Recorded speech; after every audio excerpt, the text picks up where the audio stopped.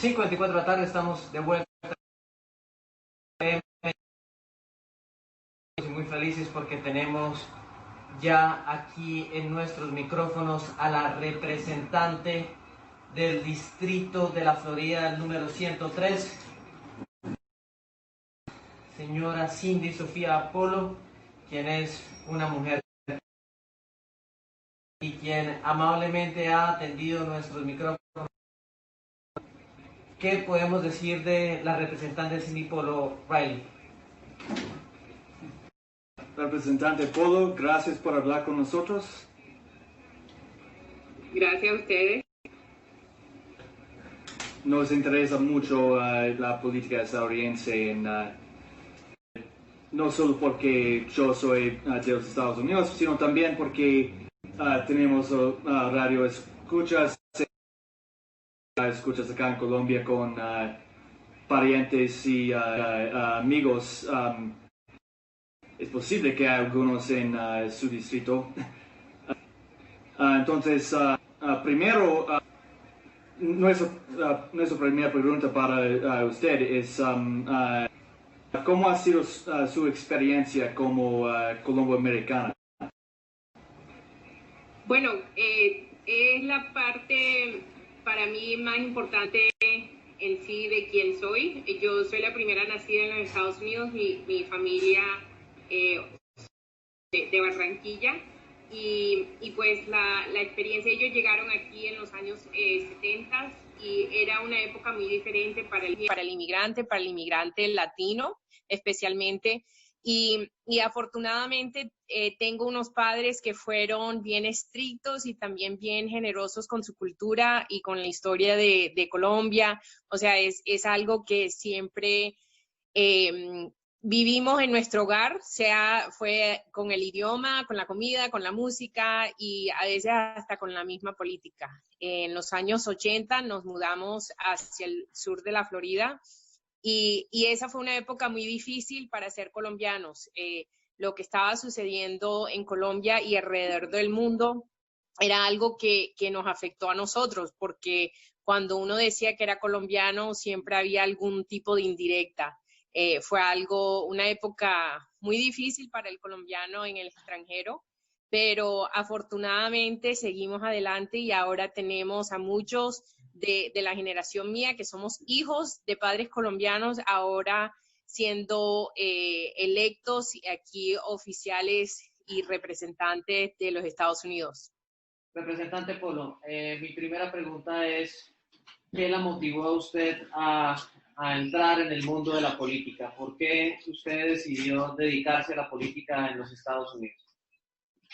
Déjeme decirles una pregunta que llevo 2 años contestando porque apenas es lo que tengo en la política. Yo soy una madre de un niño de 4 años y hace 2 años aquí sucedió una de muchas tragedias, pero una principal que fue la matazón dentro del colegio de Parkland. Como se acuerdan, hubo 17 muertos y ya habían pasado varias cosas, no solamente con la violencia de las armas, pero habían pasado varias cosas que yo sentía que yo le decía senador de Facebook, o sea, que uno le decía a todo el mundo su opinión por las redes sociales, pero no estaba haciendo más de lo mínimo. Y ya siendo madre, ya el cargo es un poco diferente. O sea, ya pienso de ese tipo de responsabilidad de una manera muy diferente, de que cómo es el mundo que yo le voy a dejar a mi hijo, cuál es la seguridad que le falta a mi hijo. Y pues ese fue el momento definitivo que decidí lanzarme en esa época. El señor que era mi oposición no tenía a nadie que le iba a dar una competencia, o sea, le estábamos regalando la posición. Y para mí ya en esta época no importa la posición, sea estatal, sea local, federal, uno no le debe regalar ninguna posición a nadie. Ellos tienen que darle la cara a la comunidad y decir cómo van a ayudar a la comunidad.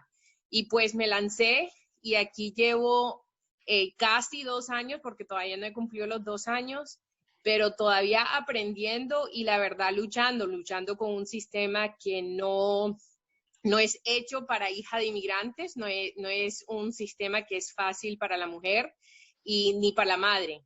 Pero aquí seguimos luchando y peleando y la verdad es que no solamente como madre, pero siendo hija de inmigrantes, siento la obligación de ayudar a los que vienen después de mí y después de los problemas que pasaron mi familia y las dificultades. Representante Polo, como usted entenderá, pues primero que todo para nosotros es un gran orgullo contar con una colombiana barranquillera, todavía con ese acento barranquillero, quillero, como dicen por ahí, pero pues nos toca hablar de política porque pues en esas estamos. En este momento la política sufre una gran polarización, no solo en Estados Unidos, sino acá en Colombia. Vemos con preocupación la presidencia que ha tenido el presidente Trump, donde, digamos así, se ha profundizado un poco la separación racial. Vemos también con preocupación los Dreamers, su situación, pero desde el punto de vista de los republicanos, ellos también acusan que el gobierno demócrata de Barack Obama fue uno de los que más deportó extranjeros o ilegales de los Estados Unidos. ¿Qué nos puede usted decir acerca de estos dos puntos de vista que tenemos hoy aquí en nuestra mesa de trabajo? Bueno, ojalá tengan varias horas para poder hablarlo, porque y lo digo con risa, porque la verdad es que son temas que nosotros lo estamos viviendo todos los días y son temas que son muy difíciles y que tienen un historial. O sea, el racismo en los Estados Unidos no es algo que lo trajo Trump. No, eso ninguna persona del partido mío dijera que él ha sido la razón por estos problemas. No, ha sido un problema que ha existido, o sea, desde el principio de nuestro país. Es un tema bien complicado, un tema que ha tenido consecuencias de décadas, de décadas en décadas. O sea, cada cosa ha creado un nuevo problema. A mí me parece que, o sea, desafortunadamente el Partido Republicano ahora se ha vuelto en un partido de tratar de meterle el miedo y el susto a todos. Y han querido echarle la culpa de todo tipo de problema a otro grupo. O sea, el señor Trump se lanzó a la presidencia en su primer discurso a decir que los problemas que estábamos enfrentando en los Estados Unidos con la violencia, con las drogas, eran por los mexicanos. Y el latino aquí cometió un error que cuando él dijo mexicanos, nosotros, muchos, hasta de los mismos colombianos, a veces decimos, bueno, están hablando de los mexicanos, no están hablando de uno. Pero lo que se ha demostrado en este tiempo, desde que él llegó a poder, es que, y muchos de nosotros latinos lo hemos sabido por muchos años, que para muchos nosotros todos somos iguales. Como sean mexicanos, somos de Guatemala, somos de Colombia, hasta del mismo Puerto Rico. O sea, es como que cuando él dijo los mexicanos, él estaba hablando de todos los extranjeros.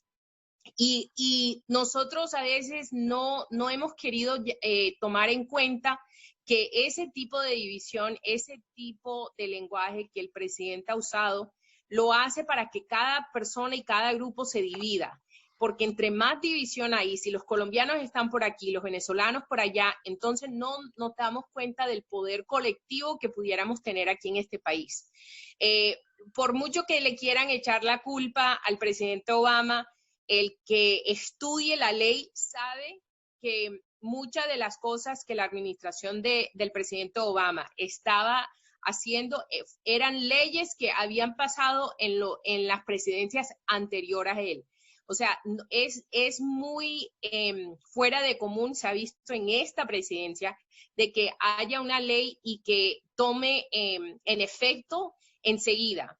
Entonces, muchos de los problemas que pasó con la inmigración debajo de la administración del presidente Obama, lo podemos criticar. Yo puedo ser fanática del presidente Obama y decir que el señor no era perfecto o de que sus 8 años también tenían cosas que podíamos corregir. O sea, aquí se ha creado una mala costumbre que cuando uno dice, bueno, tal persona está haciendo eso, entonces en vez de hablar de ese tema dicen, bueno, pero el otro hizo tal cosa. O sea, pero una cosa mala no se debe de contestar con una cosa peor.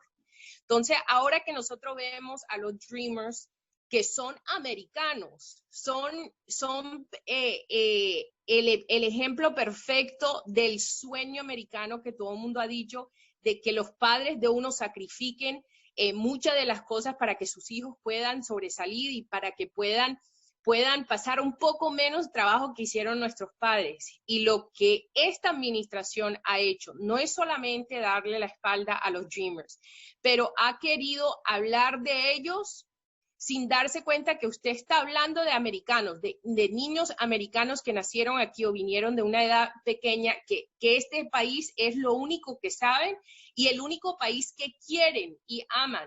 Y se queman las pestañas estudiando para poder devolverle algo a este país. Ese ha sido el error principal que por muchos años los Estados Unidos, una de las cosas que nosotros nos sentíamos tan orgullosos era que éramos un país de inmigrantes. Y ahora lo que han querido hacer es echarle toda culpa al inmigrante y decir que el inmigrante aquí no ha aportado, y eso no es verdad. Adelante, Sebastián. Bueno, muy buenas tardes a nuestra invitada y pues contento de poder hablar en español con una persona que nos conoce en Estados Unidos. Y bueno, mi pregunta es un poco enfocada a la visión que estamos viendo en Estados Unidos con el tema de las próximas elecciones, y es ¿qué repercusiones tendría una reelección del presidente Trump para las siguientes elecciones dentro de Latinoamérica y pues dentro de Estados Unidos? Bueno, yo creo que estos primeros 4 años ha demostrado de que en inglés hay un dicho, no sé si en español se usa tanto, pero se dice como que como estamos ahora, que what could be worse, que si se pudiera empeorar. Y el presidente Trump ha demostrado que sí se puede empeorar, o sea, todos los días es algo. Ayer tuvo parte de su política y de su convención en la Casa Blanca. Eso es algo que aquí nunca se ha visto el abuso de una posición para poder relanzar una campaña. Pero la verdad es que ha sido una presidencia inmoral, una presidencia sin ética, una presidencia que cometen y hacen lo que le da la gana, porque enseguida que uno le quiere reclamar, quieren decir que es que uno está mintiendo, y no es eso. Dicen que la democracia es algo que uno tiene que luchar por ella siempre. O sea, uno no se puede dormir porque le pueden quitar la democracia. Y creo que aquí en los Estados Unidos nosotros nos dormimos un poco. Pensamos que aquí no era posible. Se ha visto con las relaciones que tenemos con otros países internacionalmente que no quieren dejar a los americanos entrar. Estamos saliendo de peleas con presidentes que han sido aliados por décadas, pero sin embargo somos ahora amistades con países que no han querido hacer daño. O sea, no me quiero imaginar que fuera 4 años más, pero sé que como mujer, como inmigrante, como hija de inmigrantes, como parte de una minoría, sé que la vida mía no ha mejorado en los últimos 4 años. Todos los días que estamos ahora lidiando con los problemas del racismo, aunque no es algo nuevo, por lo menos antes se veía una unificación con los que estaban en poder de decir que esto no lo íbamos a permitir, o se veía por lo menos un respeto hacia uno al otro.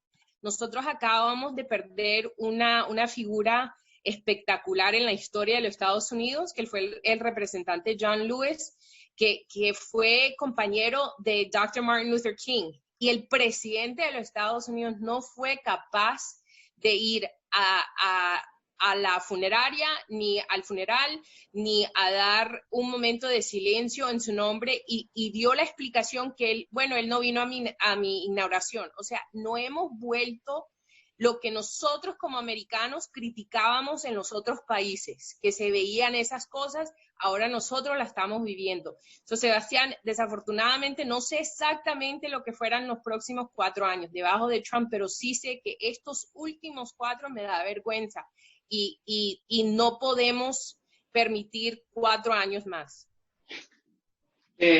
Representante, ¿cómo ver el fenómeno, por así decirlo, Trump? Porque pues a los que estudiamos algo de política, él reescribió sin querer los libros del marketing político, si lo hablamos desde ese punto de vista, pero ¿qué es lo que quiere el americano común? ¿Él quiere un caudillo, quiere una persona como Trump que se muestra como un líder fuerte, viéndolo desde el punto de vista positivo o negativo, o cómo ve en este momento el votante americano a Joe Biden comparándolo con Donald Trump? Mire, esa pregunta es buena e interesante y me pertenece a mí, le voy a explicar por qué. Aquí ha habido, y no solamente en los Estados Unidos, pero en el mundo, ahora mismo se está viendo como que un aburrimiento con el político tradicional, el político que toma un puesto y dura ahí 20, 30 años y después viene el hijo y después viene el nieto. O sea, el poder era como que centro familiar y del colegio donde fuiste y si eran de dinero. O sea, era como una fórmula de cómo llegar al poder. Eso se ha visto en los dos partidos, no solamente, o sea, no en uno, eso se ha visto alrededor del mundo. Y una de las razones que eso pasa es porque si la persona que ha sido afectada por pólizas y por política se metiera a la política, fuera un poco diferente, porque somos nosotros los que estamos siendo afectados, ¿verdad? Pero siempre ha habido como una división entre el que manda y el pueblo. Y creo que el fenómeno de Donald Trump se vio en muchas elecciones, incluyendo la mía, de que las personas lo que quieren es una representación de una persona que entiende no, en este ejemplo no Donald Trump, pero o sea, que entiende su lucha y que es una persona común y corriente y no tiene que ser una persona de tal familia. Y creo que Donald Trump, siendo todo lo que es, a él no le podemos decir bruto. O sea, porque uno no esté de acuerdo con alguien o porque una persona sepa abusar de un pueblo, no quiere decir, o sea, tenemos que hablar con honestidad. Él no es bruto, él ha sabido venderse por muchos años, ha sabido vender sus negocios, ha sabido vender su imagen de una manera así como que con mentiras y con exageraciones. Y creo que la persona común en los Estados Unidos lo que estaba aburrido era de la política común y corriente, de los mismos. Y él supo tomar ventaja de eso, él supo abusar de muchos americanos que se sentían ignorados.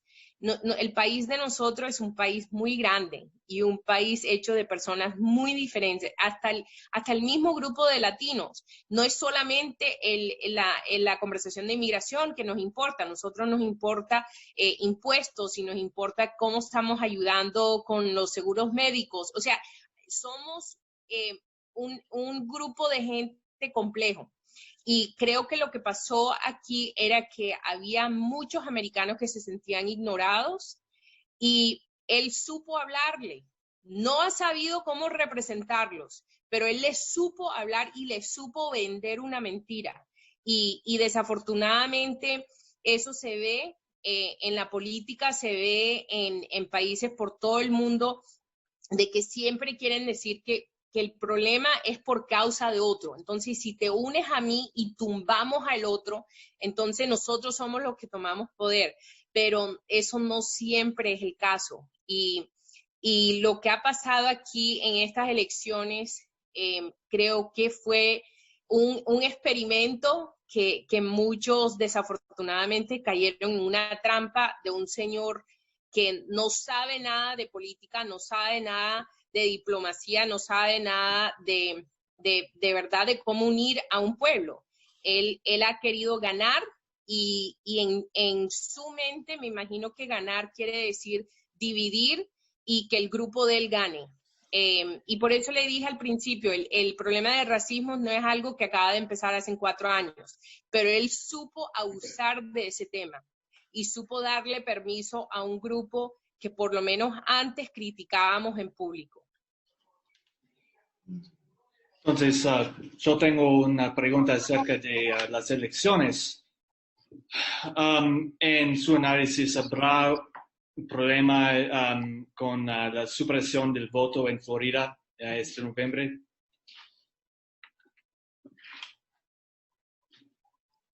¿Aló?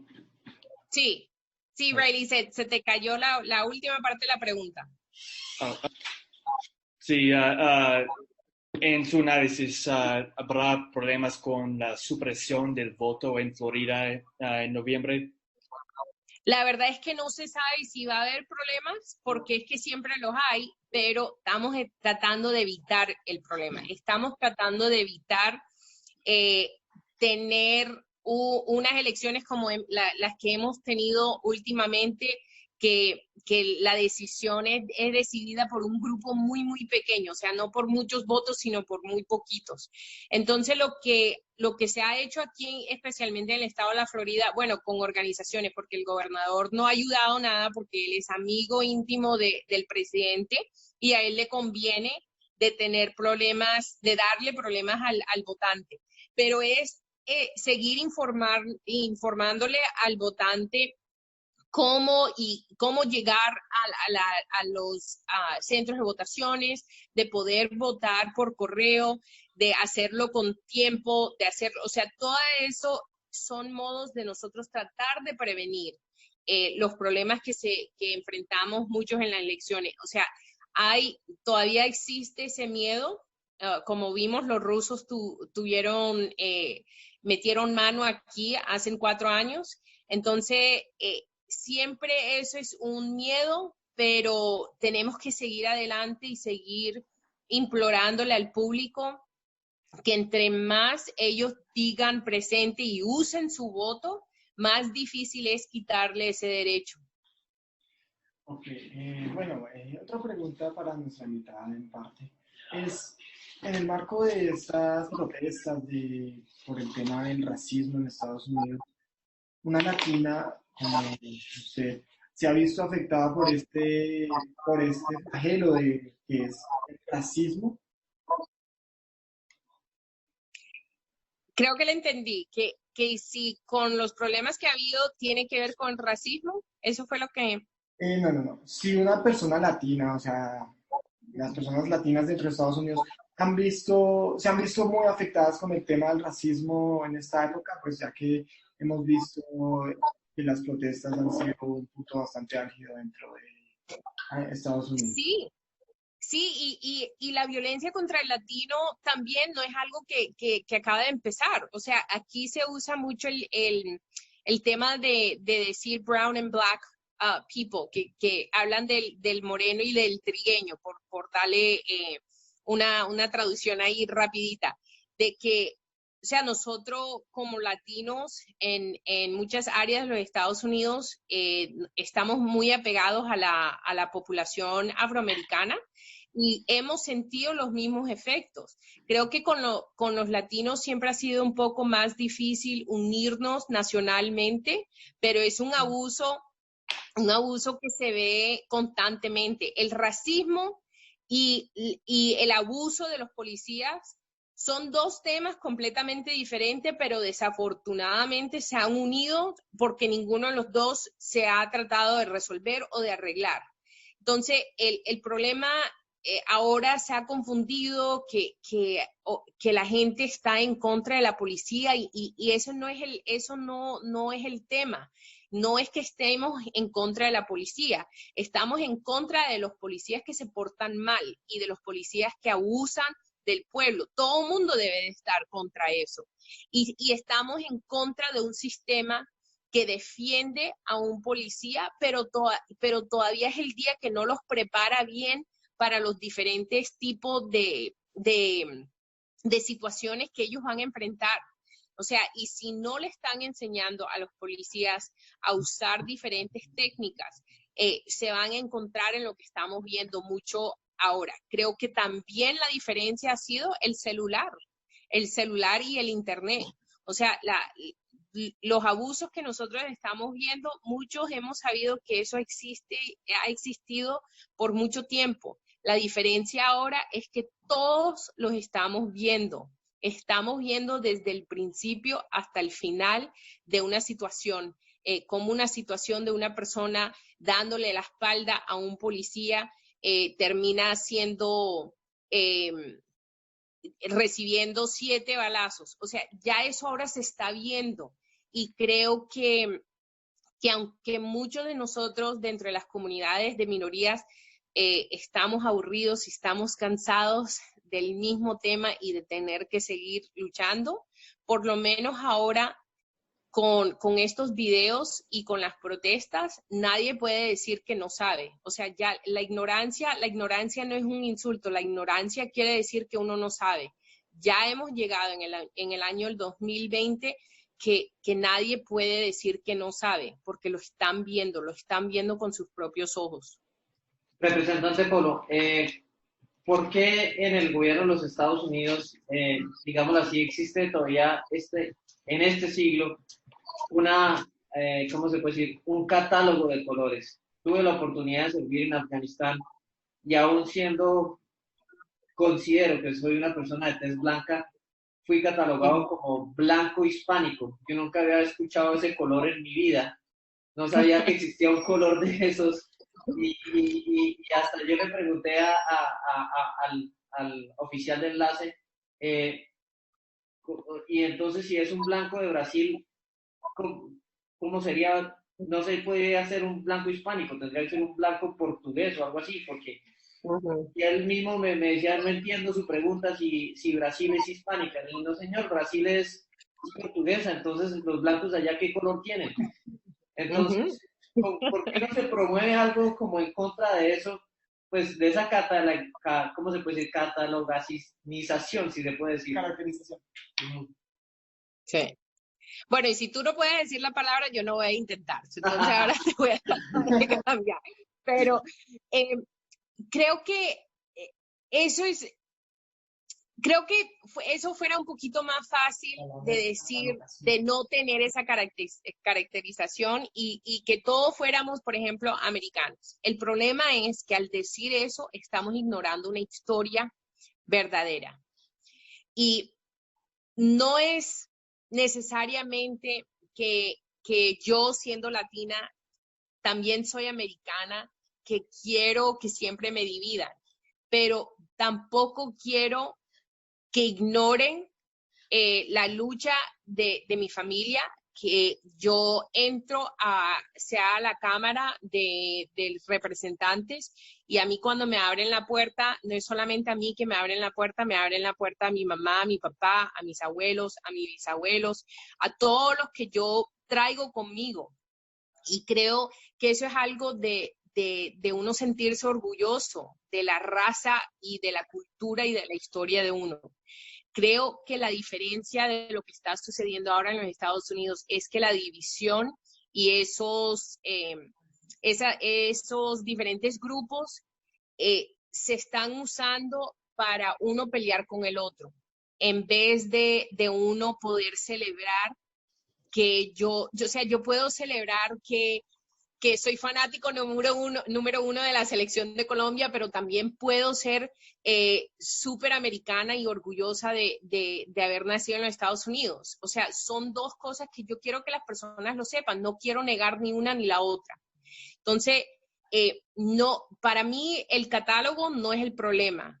Es cómo usamos un grupo contra otro. Cómo le damos ventaja a un grupo que al otro, porque tú siendo un blanco hispano, por darte, o sea, ese título que te dieron, aquí nosotros entramos, ellos no tienen que saber de dónde somos, pero ya por el modo que nosotros, el pelo, la cara, el color, ya han tomado decisiones sobre uno. Eso es el problema. El problema ha sido de pensar que tenemos permiso de tratar a un grupo mejor o un grupo peor que el otro.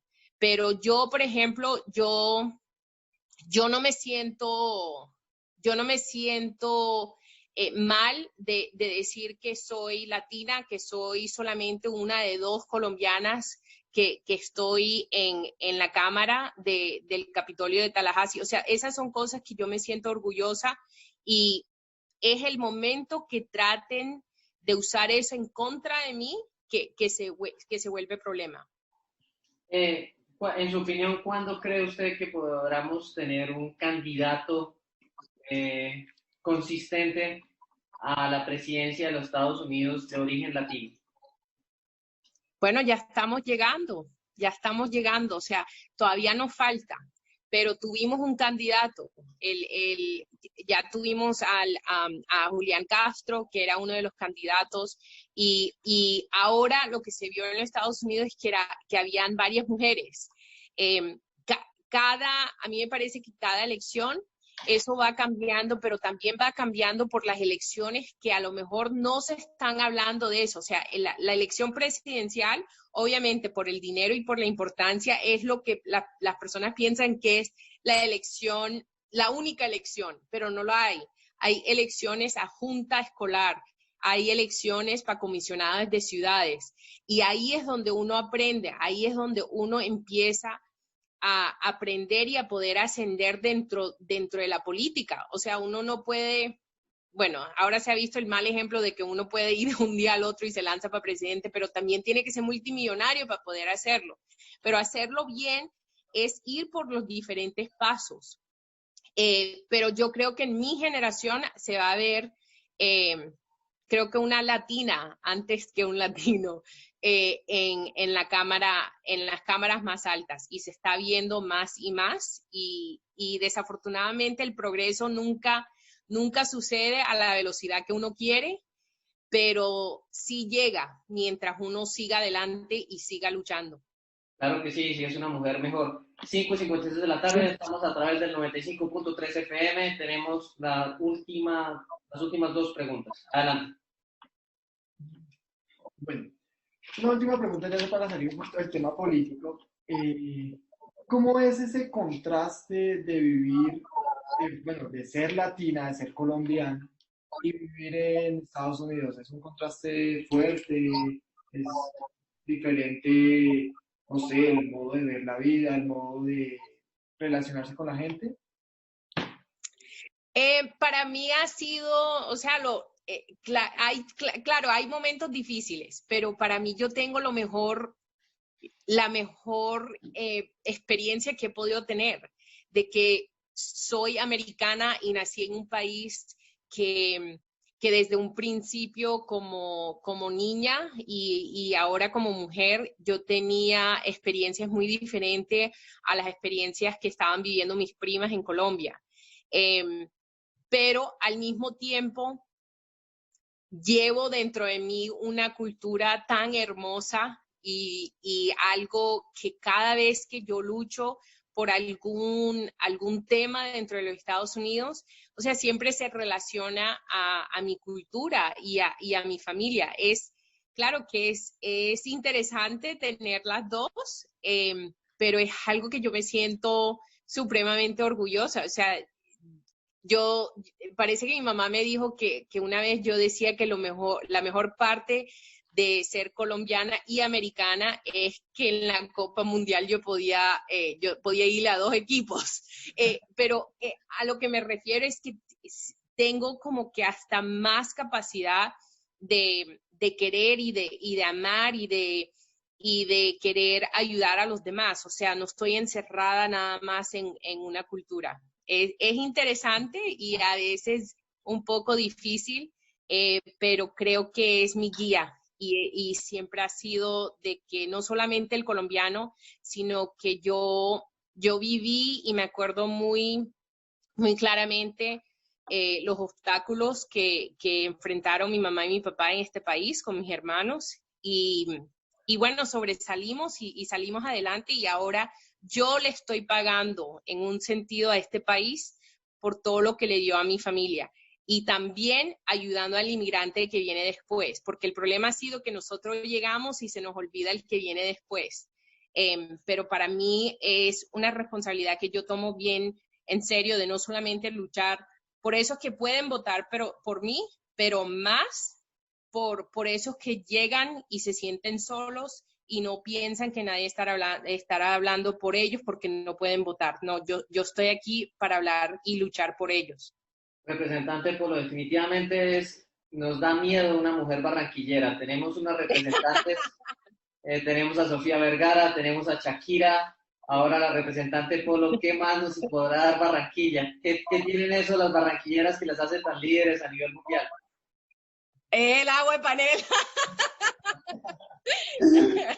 No, Barranquilla es Barranquilla, o sea, somos, como se dice en toda Colombia, podemos ser berracas, pero también nos sabemos reír y sabemos disfrutar de la familia, pero cuando decimos a pelear, es a pelear. Y por los de nosotros siempre las garras son más fuertes. Muy bien, Riley. Okay. Entonces, la última pregunta es acerca de la pandemia. Entonces, en la Florida hay actualmente 16,000 casos en total y casi 11,000 muertes. En todo el país hay casi 6 millones de casos y 181,000 muertes. Entonces, acá en Colombia estamos en el pico de la pandemia. ¿Qué puede aprender Colombia de los errores de los Estados Unidos? Tenemos varios, pero que no confundan la pandemia con política, no la mezclen. O sea, la pandemia y salvarle las vidas a los seres queridos es lo más importante y ahí no se debe meter la política. En el estado de nosotros, de la Florida, nosotros tenemos a un gobernador que no tomó decisiones porque al tomar las decisiones hubiera estado en contra de muchas de las cosas que estaba diciendo el presidente. Cuando el presidente estaba diciendo que no había problema, ya nosotros en el estado de la Florida lo estábamos viendo y las personas estaban muriendo. Pero al decir o a criticar el presidente hubiese sido hasta peor con consecuencias. O sea, el presidente tiene el poder de quitarle dinero, de no mandarle ayuda, y eso se ha visto en los Estados Unidos, que si un gobernador hablaba en contra de la reacción del presidente, es el pueblo el que sufre, porque el presidente entonces se tomaba la libertad de criticarlos y decir que no iba a mandar ayuda o de lanzarle algún tipo de insulto.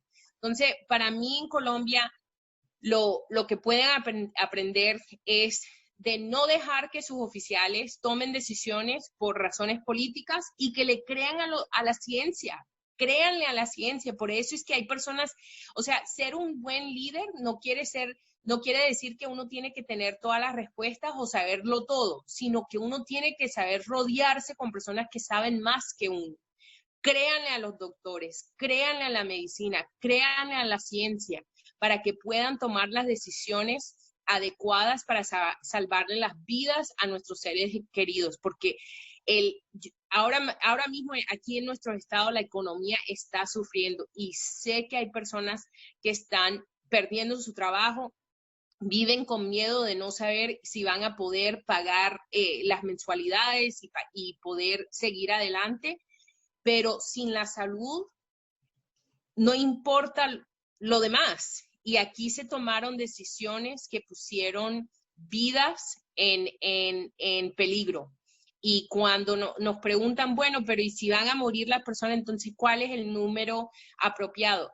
El número apropiado es 0. Cuando estamos hablando de su madre, de su abuela, estamos hablando de personas que tienen su familia. Yo lo que le digo en Colombia, no solamente a los políticos, pero a todos los oyentes, tengan paciencia. Yo sé que es una incomodidad, pero tengan paciencia. óiganle a los expertos, tomen en cuenta, sé que a veces uno se aburre y quiere salir y quiere hacer lo que era una vida normal anteriormente, pero entre más uno va contra la corriente, más demora estos periodos de recuperación. So, óiganle a los expertos, la verdad es que ese es lo que yo nunca pensaba que en esta época nosotros dijéramos que hemos perdido a tantas personas porque tenemos a personas en poder que no le quisieron creer a los expertos. Representante Polo, por último, agradecerles, son las 6:04 de la tarde en Colombia, aquí a través de Armonías 95.3 FM Caracol. Agradecemos a la representante del Distrito 130 de la Florida, por haber 113, perdón, por haber participado en los micrófonos de nuestra estación de radio. Por último, quisiera pedirle que por favor le envíe un mensaje a todos los oyentes, a todos los cachaquitos que la escuchan aquí a través de nuestra emisora y de nuevo agradecerle y ojalá que cuando sea la gobernadora del estado de la Florida nos conceda otra entrevista. Claro, con mucho orgullo. Sepan que llevo la bandera dentro de mi corazón y en todo lo que hago lo represento a todos ustedes también. Muchas gracias por tenerme. Hasta luego. Nos quedamos con esta hermosísima canción. Esto es Kanga Russell, se llama Good to Go. Y no lo olviden, a las 7 de la noche tendremos Café Concierto con un nuevo artista. Así que disfruten de esta canción. Quédense con nuestra programación y ya regresamos más.